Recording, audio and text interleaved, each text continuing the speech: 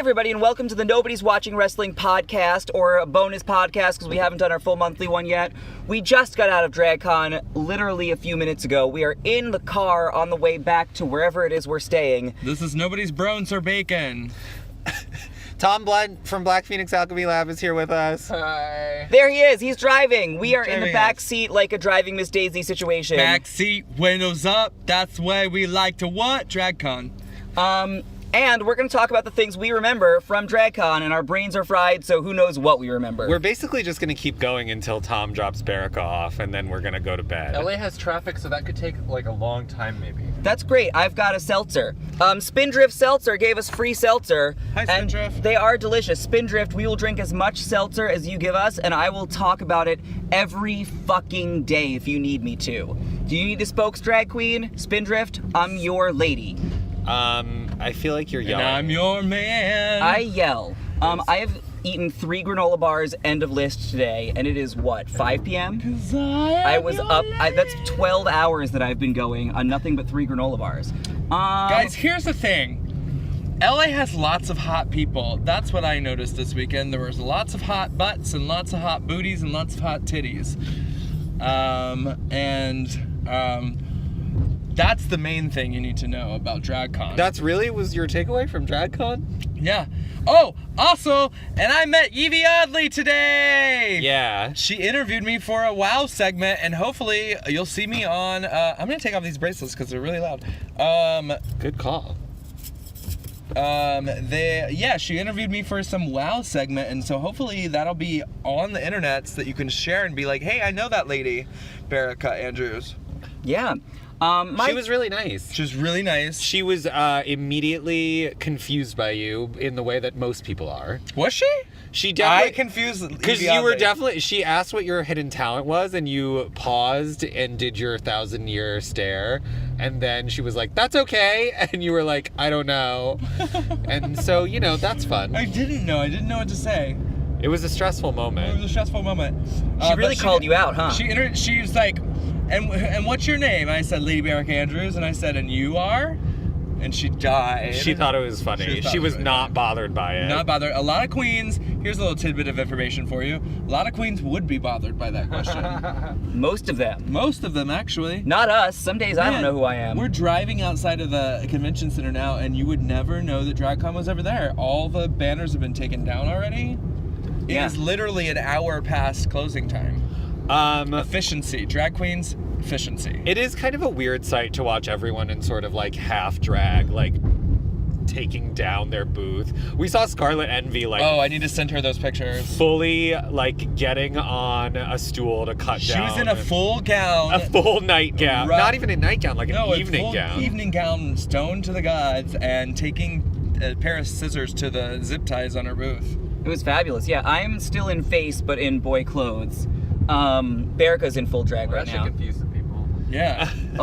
I'm confusing people is my brand, goddammit. On the way out, Ariel promised that she would give an elevator attendant shows, and then we thought we would never find the elevator attendant again, and then we did, and we gave her shows, and the lady did not look Ariel in the face because she loved it. She eventually did look up. It's just uncomfortable. Her heart was so full. Yeah. And terrified, full of fear. Yeah. But she got what I promised. She was smiling. She loved it. I think she had a good time. I had a good time at DragCon generally. I'm always there mostly for the looks. Yeah, a lot of good looks. You should go to our Instagram, the Nobody's NYC, because we posted a lot of the best looks that we saw, and there were some amazing ones. And those people are tagged on the Instagram, so that way I don't have to remember them and list their names individually. I did my best on getting everyone's name, but it was a lot going on at once.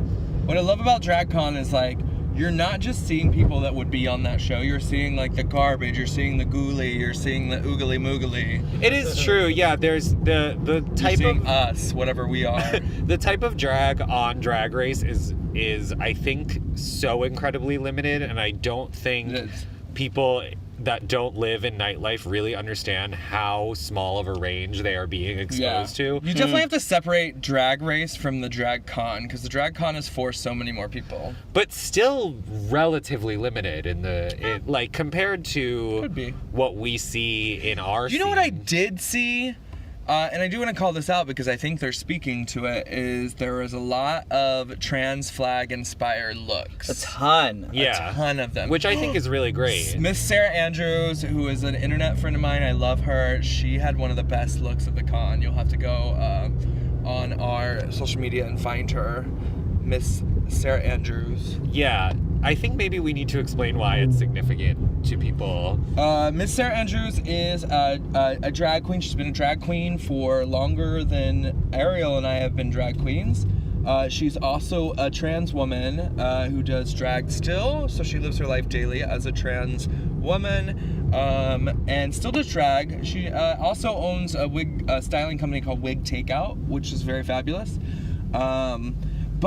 And what's significant, if you haven't heard us talk about this before, is because RuPaul has been really clear about her definition of what drag is and who should be on there. And if you've had surgeries, any type of surgeries, Miss Andrew has some nice titties that she's had surgically put on her body. You cannot be on Drag Race. So someone who is as fabulous and as seasoned as Miss Sarah Andrews could never be on Drag Race at this point. Which is stupid and doesn't make any fucking sense, Really and stupid. ahistorical and bigoted and fucking terrible. So when we're saying that it's a statement that there are lots of people walking around in trans pride flags, the thought is that perhaps it's sort of to show RuPaul that people are out here doing the fucking thing without her approval. We had a conversation with a friend a couple of days before the con and talking about actually being at the DragCon and exhibiting and doing that sort of thing, and you know, it's very divisive whether or not you want to be there.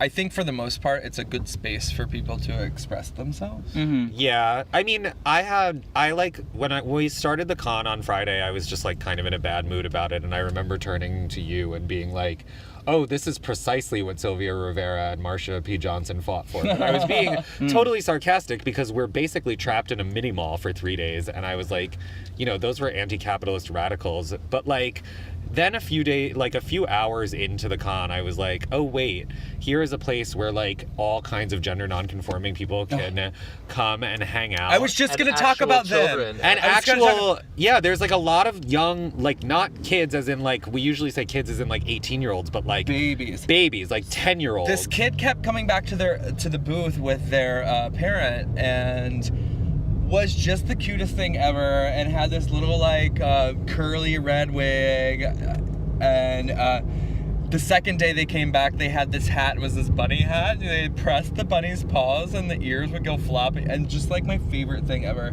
And then Lilith, who is part of the she is the B-Pal family, made friends with them today on the third day. Yeah, they were like that was really exchanging cute. Instagrams and numbers. I was like, oh my god, they have to be friends. Like, it is weird because some of these people might never see each other again, and some of them might be friends for the rest of their lives. Yeah. Yeah. It's just a place where Carrie- friendships like that do happen. Carrie King, who wrote Peg Bunnies. this kid's book, I forget the name of it right now, I'm terrible. Carrie King and I met at New York DragCon. We were both helping Sasha set up her booth, and now we talk to each other all the time on the internet, and every time she comes to New York, she says something, and like she came barreling up to the booth today and yesterday. She was really pretty. She's so sweet, so pretty. She actually, she has a great story too. Drag kind of saved her. She is, for all intents and purposes, a cisgendered straight woman. She has a husband and a daughter, but she used to be overweight, and then became a fan of Sasha and became really inspired and started doing art based on Sasha, and lost all this weight and has been turning looks and learning new makeup skills. She just Her makeup's amazing. Her makeup's amazing. She just told me she's going to make her stage debut this year. Whoa. Yes. Tell her to do Next Nobody. I told her to come through, and Yeah. I'd give her a stage no matter what, somewhere, because I love her. But I mean, that's the impact. You know, we're making jokes about it, but that's really the impact. But of it's what's also going like, on. it's like, for me, it was like, I saw like a lot of like, you know, like 18, 19-year-old kids who like, you know, maybe were gender nonconforming or had just started transitioning, and like those kids can't go shopping at a normal mall. No, probably. no. Like they can't go to a normal store. So at least for 3 days, they get to just be talked to like normal fucking people, and just not have to worry about it. And like, no matter how crass and capitalist and bullshit a lot of RuPaul shit is, like, That is a really special thing that kind of doesn't You learn exist. nothing else from us, and you work in a store, you own a store, just treat your people equally and be nice to nice people and shitty to shitty people. There you go.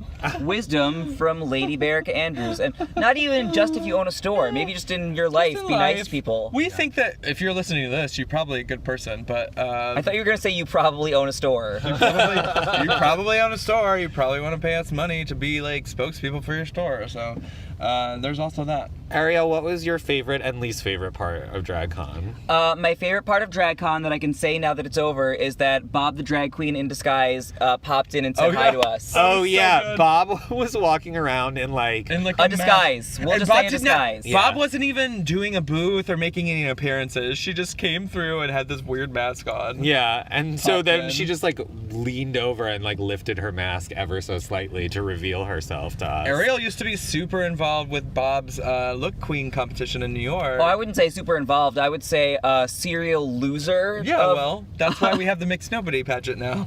I guess so, yeah. And then my least favorite moment was that I saw that booth that was selling Rue Girls Only t-shirts, and fuck that. God. Maybe you should explain why that is the worst thing ever.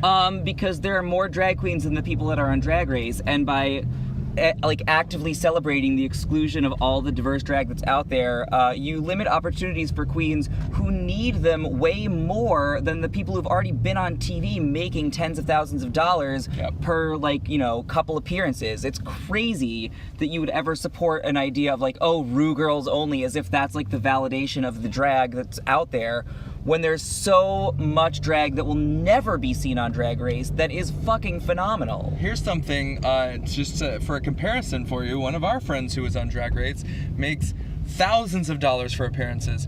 Ariel and I make tens of 20s of dollars every time we make an appearance. Yep. That would be like showing up to WrestleCon with a t-shirt and selling a t-shirt that says WWE Wrestlers Only. Like, it's just like so wrong-headed to do that at a convention, celebrating like... And odds are there is a shirt that exists. I don't think anyone like is that fucking stupid and like wrong-headed. Yeah. I don't Like know. maybe Vince himself. Yeah, perhaps. I feel like wrestling being this huge so quickly is like confusing to people. We think it's all like progressive, and Maybe- it's not all progressive. Maybe we're gonna find out that shirt was actually like a trick, and under UV light it like completely contradicts itself or something. Like, No. You're giving a lot of these dumb basic gays a lot of credit. Sorry. Fuck that. Berica, what was your favorite and least favorite part? My favorite part was finding the food trucks today. My least favorite part was not finding them until today, because all we ate was like cheese sauce with French fries, and it was so gross. The cafeteria within the con was terrible, but they had a food truck area set up on the other side of the con that we didn't know about until today. Tom, what was your favorite and least favorite parts? meeting ContraPoints Yes. was my favorite thing of all time, and Thai Drag Race co-host Pangina Heels, who performed as Marilyn Monroe, and it was the coolest thing ever. And touched your butt. And touched my She butt. touched your butt? I mean, no, she just kind of like swatted me in the hip area as she was leaving because I'm so adorable. Yeah. It was an affectionate thing, not like a grope. I want to No. be very clear. It was like, see you later, you. And I was like, yes, you will. Explain to our audience who might not know who ContraPoints is. What she's ContraPoints doing. is a trans activist who discusses trans stuff. Named Natalie Wynn. Named Natalie Wynn. She discusses trans issues and various cultural issues on an academic level, but also it has like a sketch comedian's performance. So funny. Brilliance. And she's just an all-star and is very famous on the internet because she speaks for so many people of all genders. And she came to DragCon, which is fucking amazing, and doesn't come to cons a lot. And so we took her water and Red Bull.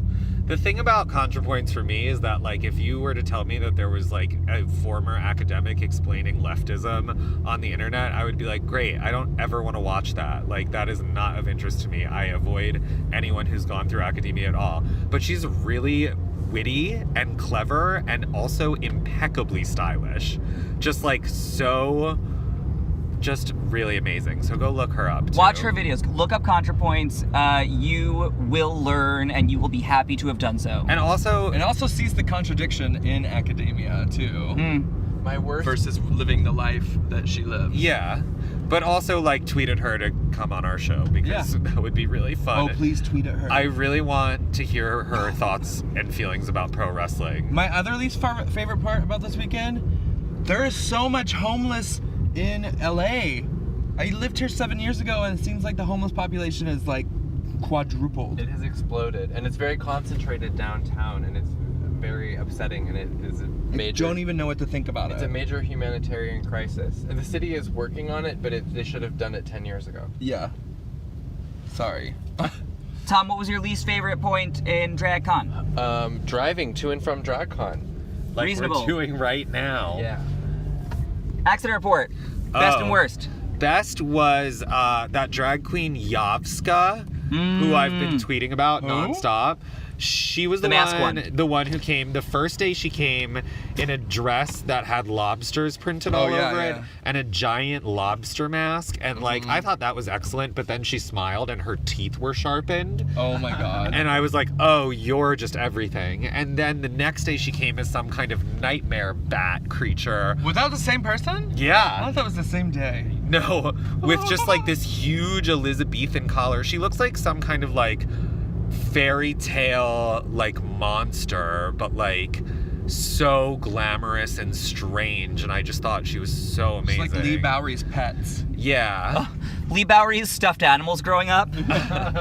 My least favorite part, because I'm a snob, was RuPaul's DJing, which was literally just what any gay bar in Manhattan plays. Like, it was just like shitty pop, which like fine, but like RuPaul is supposed to be like an impeccable tastemaker, and like I could hear those same 20 years ago. No, but like still, like she's like still thought of as like a fashion icon, and like, you know, I was really actually quite excited to hear what she would play, because I thought she would play like, you know, some like weird Club Kid stuff, deep cuts, or like weird disco songs I had never heard. But she literally just played like Britney and Ariana and Rihanna, which like I like all those things. I'm not that much of a loser, but like she played some 70s and 90s jams. It was just crowd pleasing stuff. Yeah. It was a bar mitzvah. I felt like I was at a gay bar mitzvah, and I was like, I don't know, like I take DJing pretty seriously. Like I think pretty hard about like what I get play each night, except for when I don't. But like, it was just so lowest common denominator in a way, and like just like gay pleasing gay songs, and I was like, I don't know, like aren't you like supposed to be teaching children like the history of gay culture? Like doesn't she always talk about that? Like why don't you play something cool and strange? But like she just didn't, so I was pretty bummed about that. Reasonable. I don't know why you thought we were gonna get anything more from her. I don't know. I don't know. Was there anything that surprised any of you at DragCon? I'm just always taken aback by how sweet most people are. Yeah. I met Adore today, who was super sweet. Evie was super sweet. Mariah Balenciaga is always the sweetest person in the world. And so witty. So witty. So beautiful. I took her the B-Pal Black Phoenix Alchemy Lab exclusive Kai scent. I was like, how about a Kai? And she's like, I'm into it. She's always the sweetest. Who else did we meet this weekend? We met Willem, who pointedly was not interested in any free stuff. She just wears Old Spice. Which is fine. Listen. She didn't want any free stuff? She did not want a perfume. And that's totally okay. You don't have to take things. I gave her manager more stuff to give her. She looked really cunty. That's she great. didn't want it. She didn't want it. That's right. Her manager also manages Scarlet Envy, who we love. Scarlet, I wasn't going to mention her because I'm just know her and know that she's sweet, but you don't. She's really sweet. Scarlet got a bad edit on that television show. She did. She's just like a very nice professional person. One of the most professional people I've ever worked with, and it was so weird to see her on that show painted as like this like bitchy, like petty, and I was like, she's just not really like that. She's not at all. Now she's getting the road work edit in this podcast because we just hit a bumpy pad. Yeah. You may or may not be able to hear any of this, but whatever. Sochu, we took photos with Sochu today. Oh, the Victoria Black The Black House? The Black House is just the sweetest. All right, They've grown, Jesus. Yeah, listen up, goths. You know, I know some of you are listening, but there is a troupe of drag queens, and they belong to a house called the Black House, and they are all these impeccably styled goth drag queens, and they're just everything, and you should follow all of them. There's Sweeties. like 6 of them. They're so cute. They're so nice. Victoria Black from Dragula Season 2 is also like a special effects makeup artist. Oh, so yeah. she like does these like really glamorous but also really detailed special effects looks that are just so amazing. I wonder who won her head. Oh yeah, she was raffling off a prosthetic severed head of herself. Yeah, I was like, do you just have like several casts of your own head? And she's like, yeah, I literally do. And I was like, whoa. That's really weird, but awesome. We love Disasterina. Oh my God, what an angel. Something that surprised We met DS from Ring the Bell. Oh yeah, we'll look out for us on that show. Yeah, we're screaming about hair or something. I honestly, by that point, was so delirious that I don't remember anything. Something that surprised me was like, I feel like, because I'm a judgmental piece of shit, like when I see like basic gays selling basic gay shit, I just assume they're gonna be like annoying.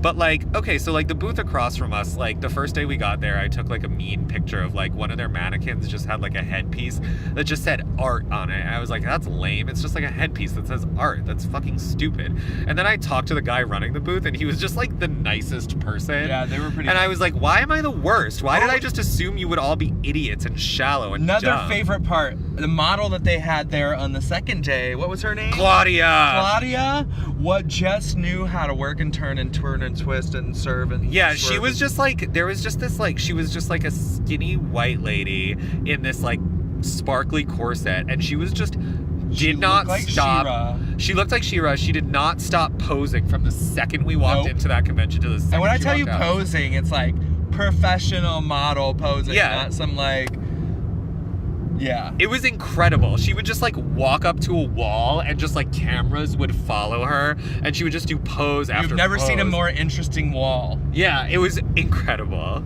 Yeah, I loved her. I was surprised by how many Rue girls did not show up. Yeah, that's true too. There is a large collection of Rue girls, and so you'd think that we would be able to stack the house, especially in LA. It's not like this is New York DragCon. And there I think they're quickly learning that like it's not the hugest moneymaker for them. Yeah. I mean, I will say that DragCon focuses heavily on waiting in a very long line. Yeah. If you want to meet your favorite queen, you might have to spend upwards of 3 hours standing, just hoping to touch them for a second. And so a fun thing that you can learn now is that if you want to meet a queen that you like, go to one of their other shows. Don't go to DragCon. Yeah. You will have a better chance of having a fun interaction with them if you just buy a ticket to one of their shows. But also, like, I mean, again, to make this like a wrestling comparison, because I feel like most people listening to this really care more about wrestling than they care about DragCon. They do. It's like, it's sort of like another reminder of DragCon is like, why are you all waiting 3 hours in line to see this person just because they're on TV? There's like a million talented people that are not on television that like you can go meet and support and give your money to, and like they need it more and like are often better. Like you guys. Like us. We Look at need the your nobodies. money. Yeah, spoiler alert, I'm not on season 12, but you can still like me. I'm a better DJ than RuPaul. I'm going to win Camp Wanakiki season 3. That fucking better happen. I'm not cast. But Hashtag Berica for Wanakiki. oh, that's something fun that happened. Maybe I shouldn't talk about it on here. No, it's fine. I'm not cast. I'm not contracted. Yeah, go.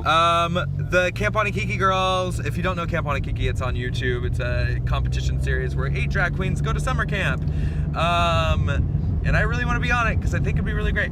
The Camp Wanakiki girls came up to the booth before I got there one day. We were talking to Ariel, and Ariel was like, why didn't you cast my sister? And they're like, who's your sister? Lady Berica. And they're like, oh yeah, she was definitely in the running. And then I met them later, and they're like, you're auditioning for season 3, yes? And I said, yeah, I guess I don't quit drag yet. Berica keeps telling this funny joke where she says she's quitting drag. It's like holding yourself hostage. That doesn't mean I'm quitting the nobodies. Okay, well that's fine then. I can still exist within the nobodies and not be a drag queen. That's also true. Okay, good. You can't quit us because we're codependent. Yet, she says ominously. Did I say yet? Yeah. Yeah. Whoa, that was Freudian. Yeah. Well, at least we're gonna get to the end. We will probably still have Berica through the end of this podcast unless she jumps out of the car. See you later. So there's that to look forward to. Whatever happens next, happens next. I need a soda. I have a seltzer, but it's been in my lap for a while. And also I was really hoping to drink it myself. Do you need us to stop at the 7-Eleven? No, we have more stuff. I took all the rest of that seltzer and put it in my bag. Okay, great. Oh, it's right up here. Good. Then don't take my one seltzer when you have the other 7. You can open a seltzer right now. I don't want to. The car gets bumpy. I don't think we even need to record anymore. We finished that, right? We have been recording for 25 minutes. That's like an episode. Are you sick of us yet? You guys are just sad we're not talking about wrestling, huh? We tried to. We met Darren Young's mom. Oh, we met Darren Young's mom. We waved hi to Darren Young, and he looked perplexed by us. But his mom was really excited to see us. I don't think I did not meet him. I don't think anyone will be surprised that Darren Young doesn't know who the nobodies are. But can you guys tell Darren Young who we are so he can come on our show too? Oh, also, that'd be cute. if you do own a business and you do wrestling conventions, book us to come work at your convention booth. Yeah. Oh yeah. For the next StarCast or the next fest or whatever, because I think we'd do a lot better at a wrestling fest. Yeah. Yeah, we don't have to sell our own merch. We'll sell yours. We're good at selling things. Trust me, you will look really unique having drag queens model your shit. That's actually fucking true. Get with it. Yeah, everyone. So this is instead of Get a with it podcast. before I quit. This has become an advertisement for us. Yeah. We're advertising Isn't that ourselves. what it always is? That's what podcasts are. Yeah. They're guess. just commercials for the podcasters. I'm really learning a lot about podcasting. I was just thinking today. about infomercials the other day and how I really want to get cast in one of those goofy infomercials. Like the lady smoking with the robot juicer thing, and she's smoking. She's like, I don't believe it. And I'm like, that's a drag. Oh, I missed that infomercial. I used to watch it over and over. don't know what her we're name talking was Hazel, about. I think. Hazel. Yeah. That's drag. Yeah, In case you were definitely. wondering, that's drag. Just smoking a cigarette during an infomercial is drag. Drag. Guaranteed. Maybe I'll juice now. I'm curious, if any wrestling people made it all the way through this. What do you think about what we're talking about? Is this all fucking nonsense to you? Can you tweet me about it? I'm really curious. It's all nonsense to me at this point. I'm kind of lost. Okay, well, we're gonna go smoke legal weed, I guess. Oh, that'll be fun. It's legal. You can't get us in trouble for it. Also, if you can get us in trouble, then this was all parody. Just a joke we're telling for fun. We're so funny. All right. Bye, everybody. Everybody, wait. What? To close the show, everybody do their best Evie Oddly.